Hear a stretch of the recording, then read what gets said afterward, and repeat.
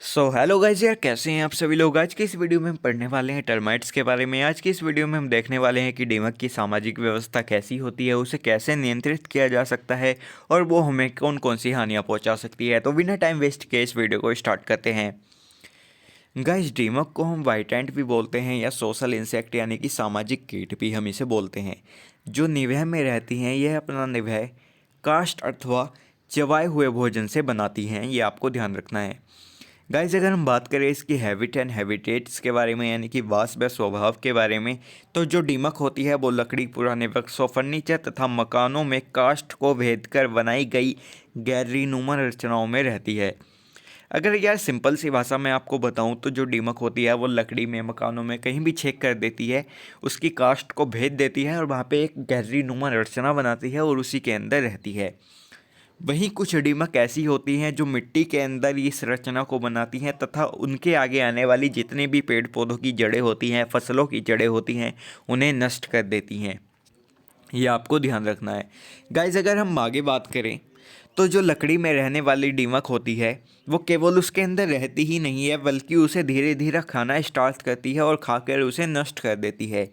अगर हम बात करते हैं कि दीमक का घर जो होता है, दीमक की कॉलोनी जो होती है वो अंदर से कैसी होती है, तो उसमें बहुत सारे कमरे होते हैं। उसके अंदर शाही कक्ष होता है जिसके अंदर रानी रहती है।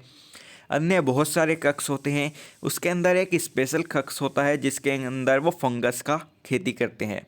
गाइस, वो फंगस की खेती इसलिए करते हैं ताकि वो फंगस को खाकर अपना जो खाना है, अपनी जो लकड़ी उन्होंने खाई है, उसको आसानी से पचा सके। इसका आपको ध्यान रखना है। अगर हम आगे बात करें तो हम बात करते हैं दीमक की सोशल व्यवस्था के बारे में। उसकी सोशल व्यवस्था कैसी होती है, तो इस थ्योरी को पढ़ने से पहले मैं आपको एक डायग्राम दिखाना चाहूँगा। गाइज, आप यहाँ पे एक डायग्राम देख सकते हैं। यहाँ पे एक क्वीन है जिसने हमारे बहुत सारे एग दिए हैं। हालांकि मैं आपको बताऊं, जो टर्माइट होती है उसकी जो क्वीन होती है वो उसकी लाइफ जो होती है 25 ईयर तक की होती है और वो एक बार में 35,000 से 40,000 तक एग दे सकती है और इतने एग वो हर रोज़ देती है। तो आपको ध्यान रखना है। गाइस, जब भी हमारा एग जो है फूटता है, हैच होता है, तो उससे हमारा निम्फ निकलता है। ये निम्फ जो होता है बहुत ज़्यादा सॉफ्ट होता है। इसके 2 एंटीना होते हैं, 6 फंक्शनल लेग होते हैं और इसके अलावा आपको ध्यान रखना है कि ये ब्लाइंड होता है, अंधा होता है। अब ये निम्फ जो होता है ये हमारा 3 भागों में डिवाइड हो जाता है। सबसे ज़्यादा जो बनते हैं वो बनते हैं वर्कर, उसके बाद बनते हैं हमारे सोल्जर और सबसे कम जो निम्फ से बनते हैं वो बनते हैं हमारे रिप्रोडक्टिव कास्ट के वर्कर, सॉरी रिप्रोडक्टिव एलील हम इनको बोलते हैं। इनका जो मेन काम होता है, इनका कुछ भी काम नहीं होता सही बताऊं तो मैं। इनका जो काम होता है, ये इनका काम होता है राजा और रानी की जगह रहना, आप ऐसा कह सकते हो। इनमें से कुछ पंखों वाले होते हैं और कुछ होते हैं बिना पंखों वाले। गाइस, जब भी आपका जो टर्माइट का कॉलोनी होती है उसका राजा या रानी मर जाते हैं, तो जो आपका रिप्रोडक्टिव एलील होता है ये राजा या रानी की जगह ले लेता है। ये आपको ध्यान रखना है। अब हम आते हैं थ्योरी पे। तो गाइस, थ्योरी पे जैसा कि मैंने आपको बताया कि सबसे ज़्यादा जो बनते हैं वो वर्कर बनते हैं। वर्कर का क्या काम होता है? वर्कर का काम होता है अपने लिए खाना ढूंढना और साथ ही साथ कॉलोनी में जितने भी सदस्य हैं, चाहे वो आपके रिप्रोडक्टिव एलील है, किंग है, क्वीन है या सोल्जर है, सबके लिए खाना ढूंढने का काम कौन करता है? वो करता है वर्कर। आप यहाँ पे थ्योरी में भी देख सकते हैं। जो वर्कर होता है, जाति के कीट ये कवक द्वारा स्त्रावित पदार्थों अथवा लकड़ी को खाते हैं तथा युवक कीटों तथा अन्य जाति के दीमकों के लिए भोजन प्रदान करते हैं। ये आपको ध्यान रखना है। वर्कर का काम सिर्फ और सिर्फ भोजन इकट्ठा करना होता है अपने लिए तथा दूसरों के लिए, और ये सबसे ज़्यादा बनते हैं एक टर्माइट कॉलोनी में। उसके बाद वर्कर के बाद हमारा नंबर आता है स्टेराइल सोल्जर का। गाइस, वर्कर के बाद सबसे ज़्यादा कॉलोनी में अगर कोई सदस्य आपको देखने के लिए मिलता है टर्माइट की कॉलोनी में, तो वो होते हैं सोल्जर। सोल्जर गाइस ब्लाइंड होते हैं। इनके पास एक स्पेशल माउथ पार्ट होता है जिससे ये अपना जो घर है उसको प्रोटेक्ट करते हैं। इनका ज़्यादातर जो काम होता है अपने घर को, अपने निवह को प्रोटेक्ट करना ही होता है। इसके अलावा ये ब्लाइंड होते हैं, आपको ये ध्यान रखना है। और ये इनकी जो बॉडी होती है वो थोड़ी हार्ड होती है बाकी के कंपैरिजन में। और आपको एक और चीज़ का ध्यान रखना है कि ये एक तरह का लिक्विड निकालते हैं अपनी बॉडी से।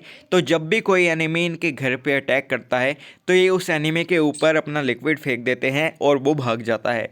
आप थ्योरी पढ़ना चाहते हैं तो यहाँ से पढ़ सकते हैं, बाकी मैंने एकदम सिंपल सी लैंग्वेज में आपको समझा दिया। उसके बाद आते हैं हमारे गाइस रिप्रोडक्टिव कास्ट।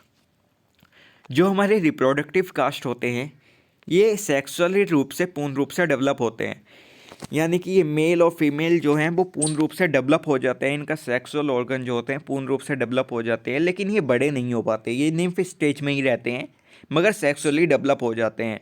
ये बड़े कब होते हैं? जब भी इनके जो कॉलोनी है उनका राजा या रानी मर जाते हैं। आपको ध्यान रखना है कि एक कॉलोनी में एक ही राजा और एक ही रानी होती है। सपोज करो कि आपकी जो रानी है वो मर गई, तो जो रिप्रोडक्टिव कास्ट का कोई एक बंदा है वो जाएगा और रानी की जगह ले लेगा और उसके बाद इनका डेवलपमेंट स्टार्ट हो जाता है, ये निम्फ स्टेज से आगे बढ़ना स्टार्ट हो जाते हैं। तो आपको ये ध्यान रखना है। गाइज हम बात कर लेते हैं कि आगे कौन से होते हैं। तो आगे आप जानते ही हैं कि किसी भी जो टर्माइट कॉलोनी है उसमें एक राजा और एक रानी होती है, सिंपल से एकदम। सो गाइज अब हम बात कर लेते हैं दीमक से होने वाली हानियों के बारे में और उसे कैसे नियंत्रित किया जा सकता है। गाइज दीमक आपको कैसे हानि पहुंचा सकती है ये सब लोग आप अच्छे से जानते हैं। दीमक आपके फर्नीचर में लग जाएगी, आपकी फसलों में लग जाएगी और उन्हें पूरी तरह से ख़राब कर देती है। अगर हम बात करें कि उसे नियंत्रित कैसे किया जा सकता है, तो उसे नियंत्रित करने के लिए बहुत सारे केमिकल मार्केट में मिलते हैं आपको। आप यहाँ पे देख सकते हैं कि थ्योरी में काफ़ी सारी चीज़ें, काफ़ी सारे केमिकल लिखे हुए हैं कि आप उसे कैसे नियंत्रित कर सकते हैं। तो ये सब चीज़ आप पढ़ सकते हैं। इसके अलावा आपको सिंपल से स्टेप से भी उसे रोक सकते हैं, जैसे कि जब आप अपने खेतों को जोतते हैं तो आप दीमक को जलाकर नष्ट कर सकते हैं, या फिर आपके जो गोबर होता है तो गोबर को बिना सड़ाए खेतों में नहीं डालना चाहिए, नहीं तो उससे भी दीमक बढ़ने के चांसेस बहुत ज़्यादा हो जाते हैं। गाइज इसके अलावा आपको अगर इस वीडियो की पीडीएफ चाहिए तो वो पीडीएफ आपको मेरे टेलीग्राम चैनल पे मिल जाएगी, जिसका लिंक इस वीडियो के डिस्क्रिप्शन में है। इसके अलावा इस पीडीएफ को इंग्लिश में भी अगर आप डाउनलोड करना चाहते हैं तो वो भी आप मेरे टेलीग्राम चैनल से डाउनलोड कर सकते हैं। और अगर वीडियो पसंद आई हो तो चैनल को सब्सक्राइब जरूर कर देना, वीडियो को लाइक ज़रूर करना। Thank you for watching. फिर मिलेंगे अगली वीडियो में, तब तक के लिए बाय बाय, जय हिंद।